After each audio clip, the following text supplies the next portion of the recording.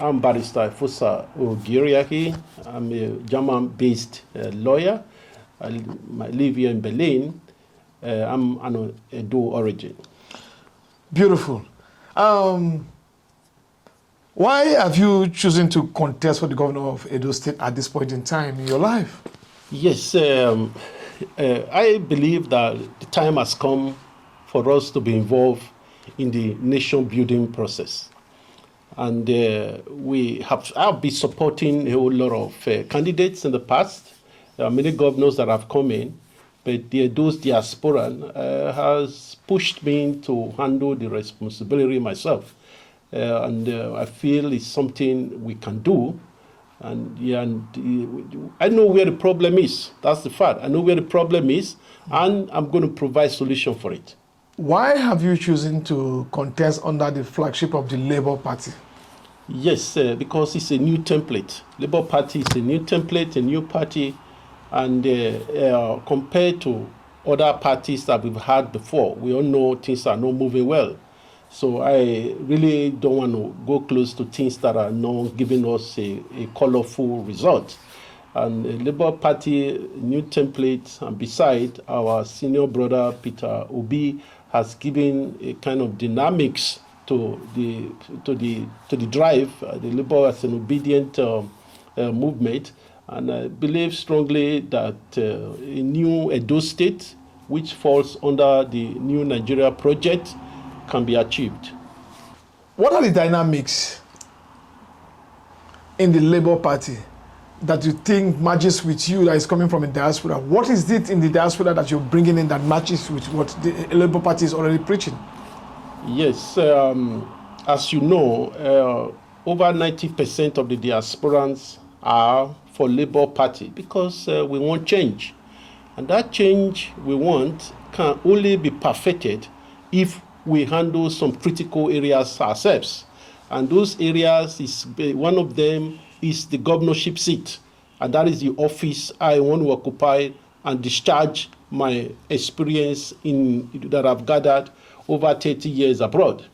I was, the former chairman of Nigerians in Diaspora Europe, call it NIDO Europe, and I was the legal advisor NIDO Europe, and I was the vice president NIDO German chapter, and I was the president of the German-Nigerian Union in Bremen before I started, when I was studying. And I was the president of the Edos in Diaspora worldwide. So these are all areas that one has handled, and I've used that to support many candidates in Edo State, even in Nigeria at large. But I feel it's hard time for we to handle those critical offices ourselves. That's why I'm going for governorship, and with things we move on. Our audience would like to know what makes you stand out. What's the uniqueness about you compared to other candidates? I believe strongly that our expectation is very high, and these expectations have not been met. Even no matter how highly we supported the previous candidates in the past with the current government. But the expectation we set, the expectation we envisaging can only be fulfilled by us ourselves, and that's the reason why I feel you cannot teach somebody to handle those critical things, but we need to handle it ourselves, and I feel I can do it. If elected, what will be your first task on your first day? What do you think is the most important thing you need to put right? We go straight to work. And form a very formidable government. A government that will be pulled from all areas, from all the Edo indigenes around the globe, to bring down their know-how, their capacity and knowledge to arrange Edo State of our dream. And nobody is going to do it for us. We have to do it ourselves. Then after them, we look at the challenges, the unemployment issue, the economic issue, the support for those that need help, and the old people, the children, and educational sector. So they say there's nothing has actually started, as far as I'm concerned, because our expectation is very high. So we're going to touch all the rich cultural gifts that God has given to Edo State. Corruption is a major problem in Nigeria, not even only Edo State, in Nigeria as a whole. How do you intend to tackle corruption? Okay. We are not going to witch hunt those that have messed up the system. I think that's what our senior brother Peter Obi said. He said because those are distractions. If you start fighting those that have messed up the system, and you won't be concentrating enough to pursue the goal. And we're not going to witch hunt anyone. Let them go, and history will judge them. But we will look at first one of those things I believe strongly in, that is the major cause of corruption, is the income, even the 30,000, 40,000, the minimum wages that have been a slogan here and there, is actually not enough. They are not enough, and you see that can't even take care of a family, or perhaps even pay the house rent of one single person a year. So that's why people look for an alternative channel to get money in order to survive, and that is corruption. That is the first stage of corruption. We're going to address it, and we're going to see how we can create revenue channels that will support us to get a standard minimum wage for all our workers. And we will support the private industry, will be attractive to foreign investors. Even national investors will create an enabling and conducive environment for them to invest in our state, Edo State. So there's a whole lot of things we're going to touch. Our expectations are very, very high. So, and I don't think anyone else will be able to achieve that for us. That's why we're going in. I'm going in for it. How do you address institutional corruptions? As I rightly said, all institutions that are on ground, we first want to make sure that we have a standard minimum wage based on the statistics and based on the research that some of our experts will be doing, and give us a standard minimum wage. Then with that, we definitely will make sure that after ensuring the minimum wage, then we begin to deal with corruption-related crimes. Because for me, my conscience really does not permit me to start dealing with 30,000 earners, for being in a corruptive area. My conscience does not really allow me to do that. So we first of all, we make them that they receive enough. They have a standard minimum wage that will take care of them. Then we start dealing with corruption drastically, because they have no reason to be corrupted. Okay. Edo has a very, very rich cultural heritage. How do you want to, how can you convert that into an economic gain for the state? Yes.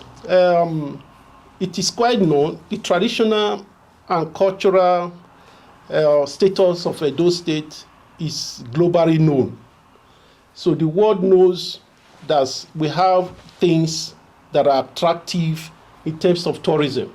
So those things, we're going to get an expert, we'll get somebody to handle those ministries for us, that will make from our rich cultural heritage, convert it to wealth, attract tourism, and create wealth home and abroad for our people. What's in your legal experience that you think could be geared towards you governing your state properly? Yes, I went through the system that functions, that makes Germany today. I read German law, University of Bremen, And I did my practical legal training in North Rhine-Westphalia, to be precise, under the Appeal Court of Dortmund and the Appeal Court of Hamm as well, both in North Rhine-Westphalia. So I've been a lawyer now for almost 20 years, been called to bar here in Germany for almost 20 years. So I know certainly how a system functions. That's the fact. So, and I am convinced as well, with proper template, we should be able to convert Edo State to a hope that that will be attractive to the world. What do you see in the German system that you think works properly and that you think you can infuse into your the Edo State system? Yeah, it's the quality. It's the quality we all know made in Germany. Made in Germany is something we don't manage. Say, okay, let's do it this way. So we don't manage our quality. Quality has to be substantial and solid in all areas, and it's even in the government as well. So it is that spirit of qualitative drive that we need in our state. It is a system whereby things must work the way it should be, and that's something we will train our young ones. We will put that in our educational system, and in the job training, these are things we bring it to our institution. And it's not going to be in Germany, no. We have experts too that will be pulling from America, from the UK, from France as well, and from even from Japan. So it's going to be a combined effort, but certainly the first thing is to create a fundamental, formidable government that will be ready to discharge their responsibility without fear or favor.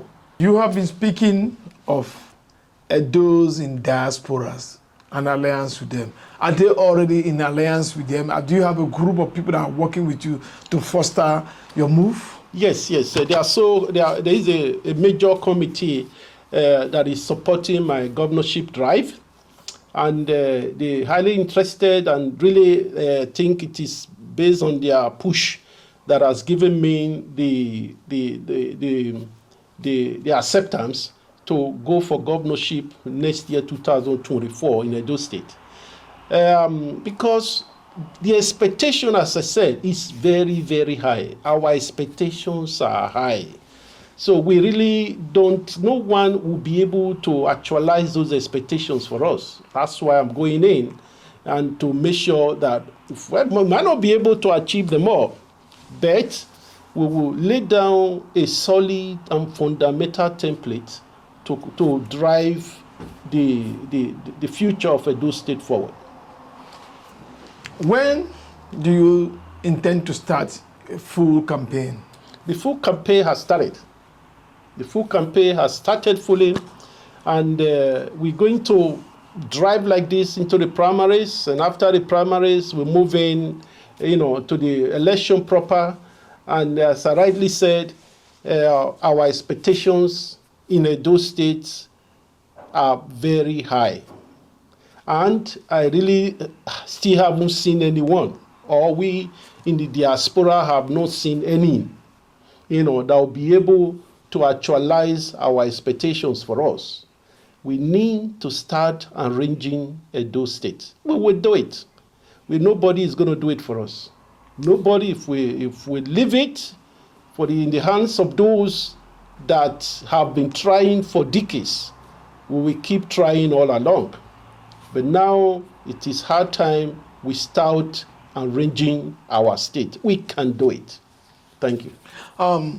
If there's a young person out there, or somebody who's eligible to vote out there that has never been in contact with you, I want to give the person the reason why you should be the right candidate. Yes, as you see, you see that in every diaspora certainly has someone that is taken care of back home. Perhaps the entire family. So we care we care about you people. We care about our state. We care about the institution in our state. We care about everything that is connected with Edo State and with Nigeria at large. But as you rightly know, our expectations for you are very high. And no one can get that done except we handle it ourselves. And I've been pushed to go in for governorship under Labour Party. And I am motivated and I'm courageous and I know where the problem is. Believe you me, your future will be easier than the way it is today. So just drive along with me. Don't let anyone intimidate you. Make up your mind, handle your future yourself, and take your bag and drive along with me. You will never regret it. That's a promise.